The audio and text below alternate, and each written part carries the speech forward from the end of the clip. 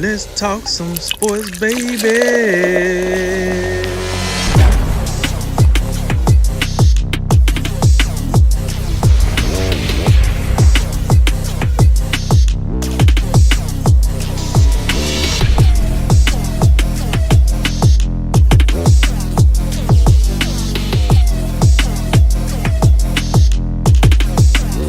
And remember, make tomorrow better than today and make today better than yesterday. And you know what we gonna do. We gonna holler at you until next time, baby. All right, a little extra drink of wisdom for you as we're going to go ahead and move over to the Chris Paul side of things. You can blame the host for that one. That's my bad. But we want to talk about Chris Paul. It's a big deal, too, going over to the Suns. So what do you think about that one, Drink?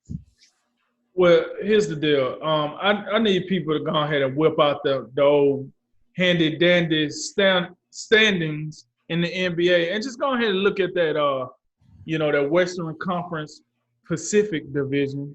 And when you pull that up, you just look at those four teams, both LA teams, Golden State, and now the Phoenix Suns, and you thinking, yo, what the hell is going on? It's about to go down around here.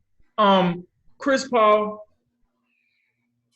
So the point I made earlier about the Bucks, I thought the Suns did a pretty good job too. When this trade came about, I seen the Suns giving up everything under the sun, like Devin Booker, DeAndre Ayton, grandmama, the GM's salary, like everything was included.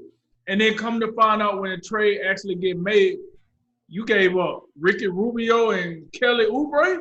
Well, sign me up. You know what I'm saying?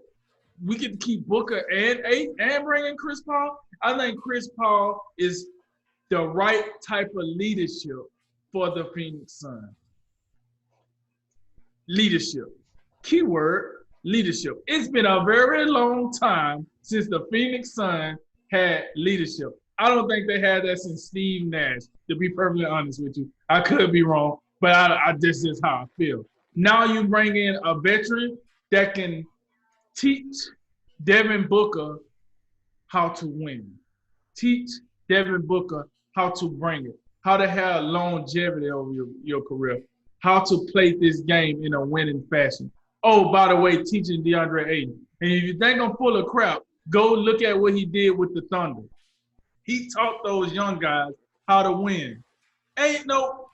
You can go talk to those young guys in OKC right now, and I guarantee you they're going to tell you they got a PhD from Chris Paul for the most part. Yeah, he might have chewed them out. Yeah, he might have belittled them. Yeah, he might have hazed them verbally. But at the end of the day, he did his job. And I think he's going to do the same thing for Phoenix. And before I pass it on, I want to say this. Chris Paul is a perfect example of how 1 year you can be out of the market, and then next year you can shoot right back up in the market. What I mean, when he left Houston to go to OKC, we was like, oh, man, that's the end of Chris Paul. He going to Siberia, Orlando Magic, or some team along that line, and we'll never hear from him again.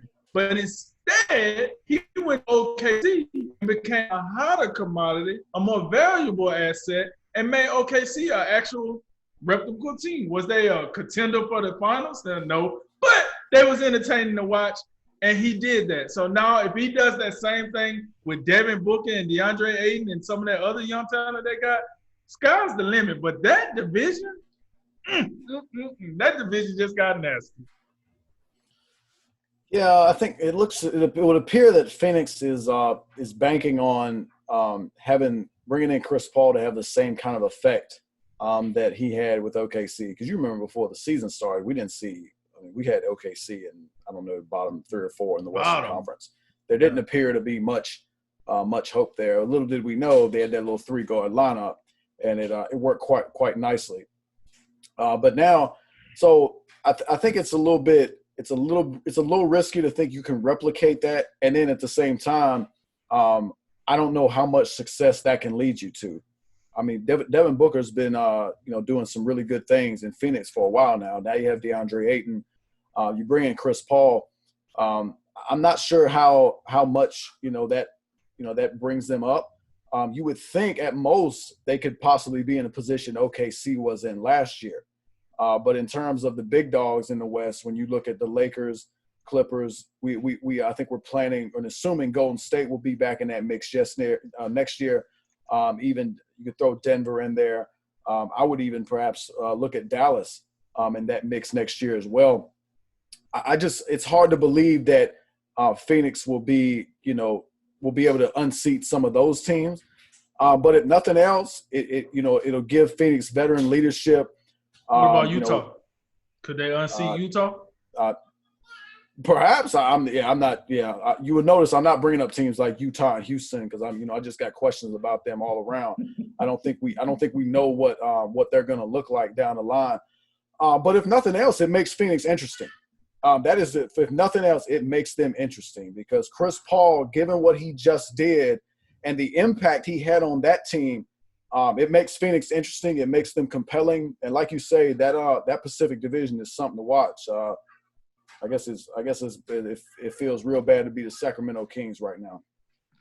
Yeah, this trade is, to me, for Phoenix, what it is they decided this is the time to go for it. I mean, when you're rebuilding a team, there has to be a point where you kind of make the jump. You go from, all right, we're building, we're biding our time, we're waiting, and now you strike, you pounce, and this is their moment to jump and go for it. And they're feet in. And let's be real, it's been 10 years. The Phoenix Suns have been to the playoffs since 2009, 2010. They lost to the Lakers in the conference finals. It's about time we do something, Phoenix. You've had Devin Booker for a while. He's been kind of balling out on a bad team type thing. You hit on Ayton, and it was the right time to make a couple moves. And the haul isn't amazing, but it's a nice haul. First round pick, couple of nice players. Oubre has kind of been up and down, but he's still young. There's plenty of tread on the tires to kick there. And especially if you're in Oklahoma City, you can just kind of play with whoever you want because you've got so many assets. But Phoenix they may not be done. They've got the 10th pick in this draft. They got a couple other dudes. They might be able to throw them off for like one more nice player, depending on what's still out there. But I think that for them, this was, I think, the right time. You can every year you can say, well, all these teams are getting better. I mean, is like you can't just hide forever in the basement because you don't. Everyone else is good at basketball too. I mean, at some point you gotta do the thing. And I think that honestly, this team should win at least 50 games. They should be in the playoffs. I mean, they should inject some enthusiasm back into the team. They were really close last year. Their start started a little too late, but we saw what Chris Paul did with less talent in Oklahoma City. I mean, I think that he's got upgrades here. He's got two pretty legitimate stars, and especially a guy in Ayton who's getting better. And I think that they should be pretty good next year. I think that they'll definitely be a playoff team.